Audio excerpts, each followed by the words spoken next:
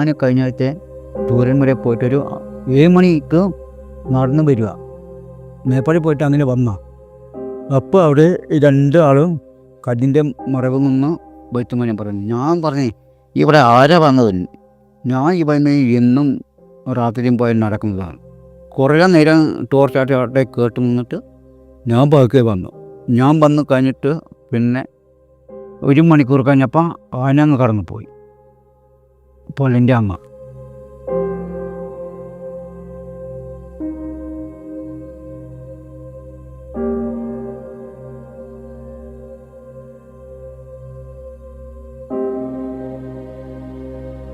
ഇപ്പൊ നിങ്ങൾ എങ്ങനെയാ അവിടെ താമസിക്കണേ? ഈ പറഞ്ഞ ഒരു കറണ്ട് ഇല്ല, ഒരു മനുഷ്യനടുത്തില്ല. ഞങ്ങൾ ടോർച്ച് ഉണ്ടോ 3-4 ടോർച്ച് അതിന് ടൂറിന് വരെ പോയി വീട്ടിൽ വാങ്ങും. അപ്പം ജീവിക്കാനുള്ള ബാക്കി കാര്യങ്ങളൊക്കെയോ? പൈസയൊക്കെ വേണ്ടേ? അതൊക്കെ എങ്ങനെയെങ്കിലും ശരിയാക്കാം. ഇപ്പം ഇവിടെ പണി ഉള്ളത് നാളെ തിങ്കളാഴ്ച വരും മേപ്പാടിന് ഒരു കാക്ക മുള പറിക്കാം. അത് ഇവിടെ തൊടുത്തി 10 ഏക്കർ വരെ ഉണ്ടോ?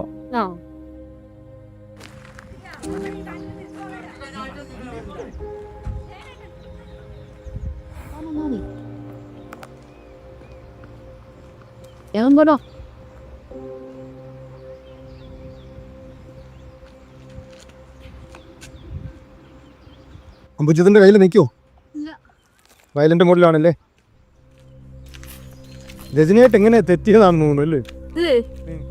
പിന്നെ ഞങ്ങൾ മാറി താമസിക്കാൻ വേണ്ടി പറഞ്ഞില്ലേ, അത് ഇഷ്ടപ്പെട്ടില്ല. അതാണ്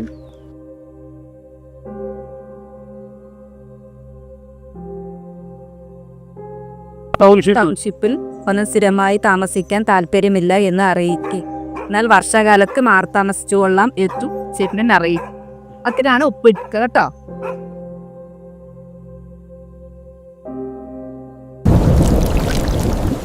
അത് ഞായറാഴ്ചയാണ് ഇത് തുടക്കം വന്നത്.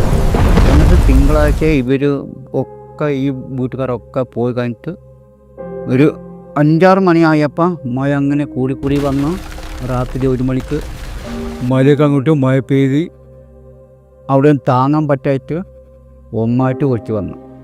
2 ദിവസത്തെ മഴയാണ് ഒറ്റ മണിക്കൂർ കൊണ്ട് മഴയ്ക്ക് പെയ്ത് ചെയ്തു.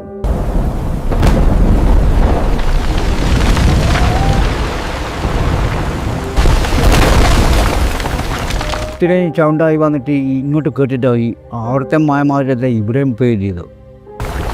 എന്താ മഴ എന്നാൽ ഭയങ്കര സൗണ്ട്. ഈ മഴൻ്റെ സൗണ്ട് കൊണ്ട് ഈ കല്ലും മുട്ടിയൊക്കെ വന്ന ഒറ്റൊന്നും കേൾക്കില്ല നമുക്ക്. ഈ മിന്നലും വരുന്നുണ്ട് കല്ല് തമ്മിലടിച്ചിട്ട്. അതും എങ്ങനെയോ ഈ ജനങ്ങൾ ഉറങ്ങാൻ നേരത്താണ്, ഉറങ്ങിക്കഴിഞ്ഞിട്ടാണ് ഇത് വരുന്നത്. പകരൊക്കെ വരികയാണെങ്കിൽ പിന്നെ ഒരുപാട് ആൾ കഴിച്ചതായിരുന്നു. അത് ആളുള്ള ഭാഗം തന്നെ തപ്പിപ്പിടിച്ച് പോയി. നമ്മൾ പുത്തുമല പച്ചക്കറി പൊട്ടിയല്ലോ, അതിൻ്റെ മുമ്പേ കണ്ടതാ ഇത് പൊട്ടിയതോ? ആ ബുണ്ട് നിൽക്കുന്നു. പൊട്ടുന്നതിനേക്കാൾ മുമ്പേ ഇത് വിണ്ടുക്കുന്നുണ്ട്. ആ ബുണ്ട് നിൽക്കുന്നു. അത് എത്ര അത് വീട്ടുന്നോ?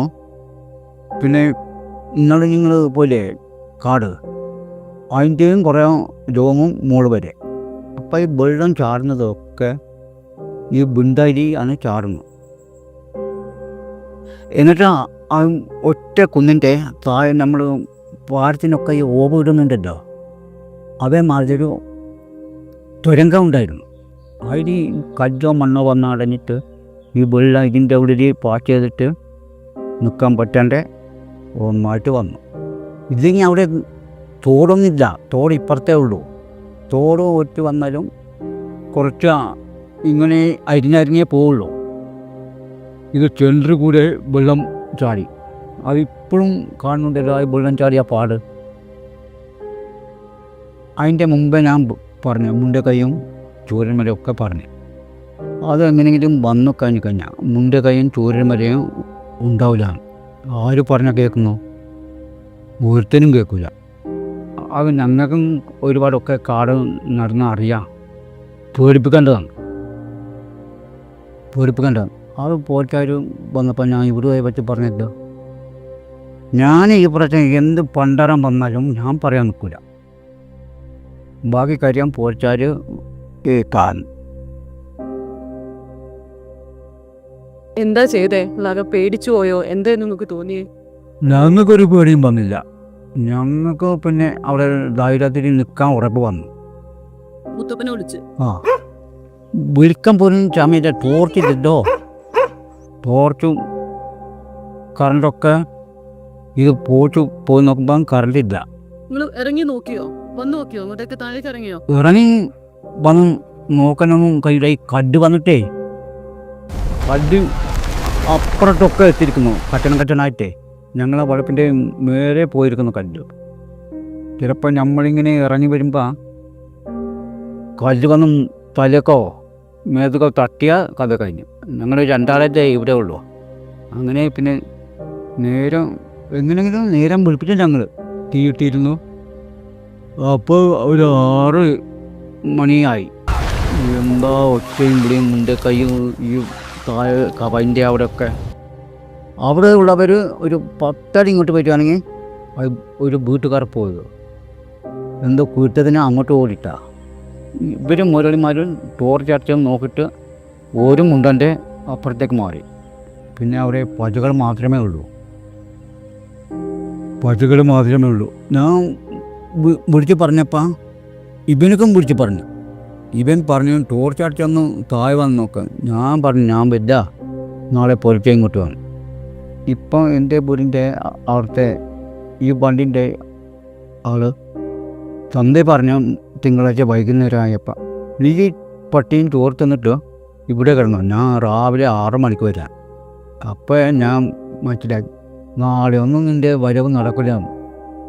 പറഞ്ഞ മാതിരിയായി.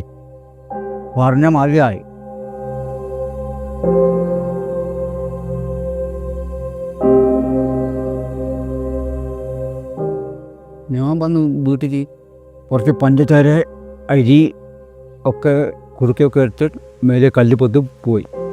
മേലെ പോയി. ആ അതെവിടെയാ കല്ലുപുട്ട്? അത് പറയാൻ മേലെയാ.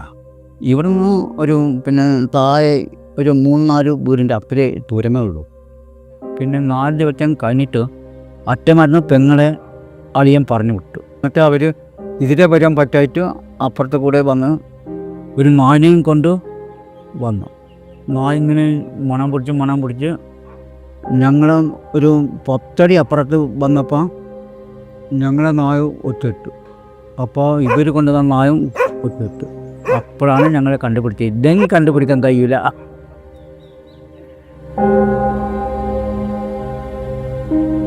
ഞാൻ പറഞ്ഞു സാർമാരെ ഞാൻ വരില്ല, നായകളെ ഇട്ടിട്ട് എനിക്ക് വരാനാവില്ല.